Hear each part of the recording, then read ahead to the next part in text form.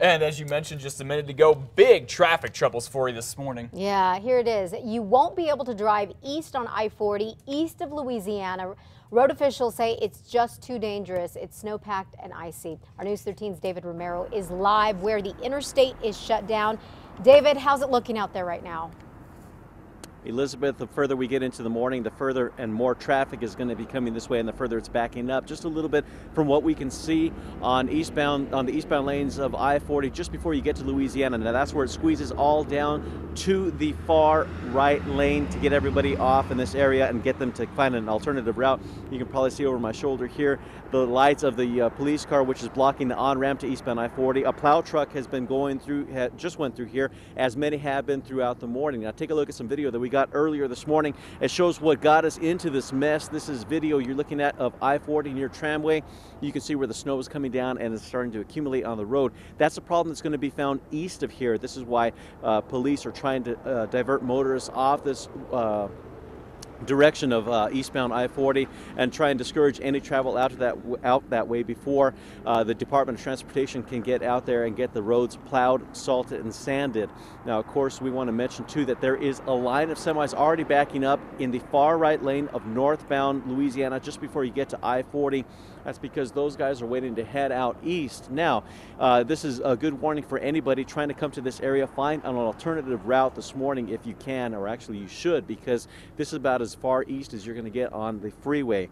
If you're trying to head out to different parts of the Northeast Heights, use a lot of side roads. From what we can tell so far, most of the roads here in town are clean and clear. There was some reports earlier that Paseo del Norte, the further east you went up in the heights, there were some slick spots. So whatever you're doing, the further east you are in the city this morning, use a lot of caution, because you can either find slick roads or you can find a spot like this that you can't go any further. Back to you. All right, very good to know, David. Thank you.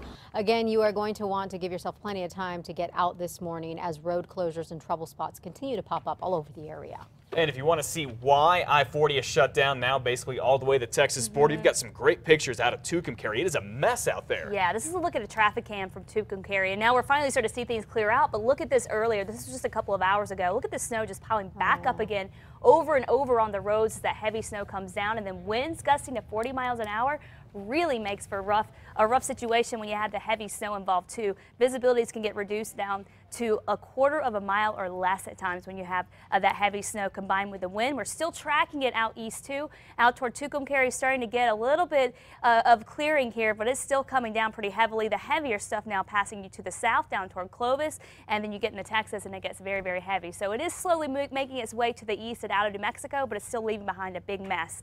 Down in the southeast, Roswell, try to get a few light snow showers earlier. It is kind of diminishing as it does move that way. So as this does head to the south and east, it is breaking apart a bit. So we're not going to see the heavy snow that we saw north of you up across the east central parts of the state down to southeastern New Mexico, but you're still going to deal with a little bit of snow here and there. Sacramento Mountains will see some spotty snow here and there as well. Albuquerque again in the clear, and then up in the northeastern part of the state, we're finally clearing things out there too, but what's left over is a big time wind. Look at that 50 to 60 mile an hour wind gust up in the northeast. That's going to blow the snow around on the ground, reducing visibility. So roads still a mess out across eastern New Mexico, and we're talking a very cold start here in Albuquerque with some icy roads too. I'll have more on this winter storm system coming up in just a few minutes.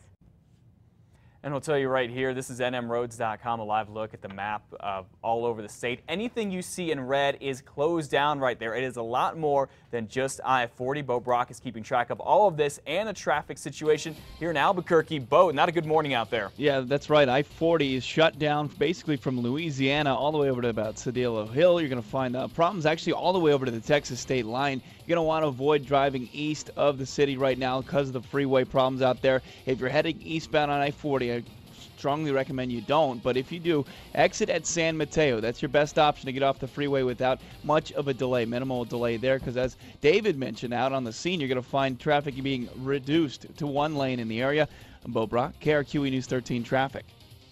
All right, besides that, traffic is bad if you're going north between Albuquerque and Santa Fe. You're going to need to give yourself plenty of time because of that. Parts of I-25 are still snow-packed and icy from all the snow that fell last night.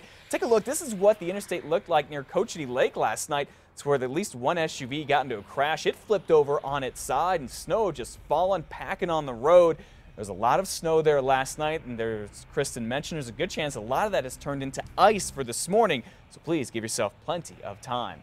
For the latest on these road and traffic conditions, no matter where you are or whenever you'd like, you can call 511. You can always get the latest on our website at KRQE.com. And we will have the latest on the winter weather and the icy road conditions right here on News 13, as well as the latest on school delays and closures this morning. For info anytime, head to our website, KRQE.com, for the latest. In some other overnight news, Albuquerque police on the scene of a deadly shooting in northwest Albuquerque. This was the scene at about 3 a.m. this morning near Sierra Vista and Manal. Police tell us a call of shots being fired was made at about 2:45 this morning. One person was killed. We're told they are in their 20s. No arrests have been made. The details surrounding the shooting are unknown right now, and police are still investigating.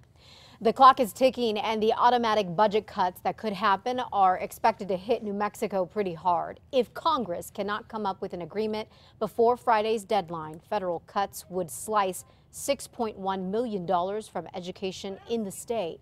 That would mean a loss of about 80 teaching jobs.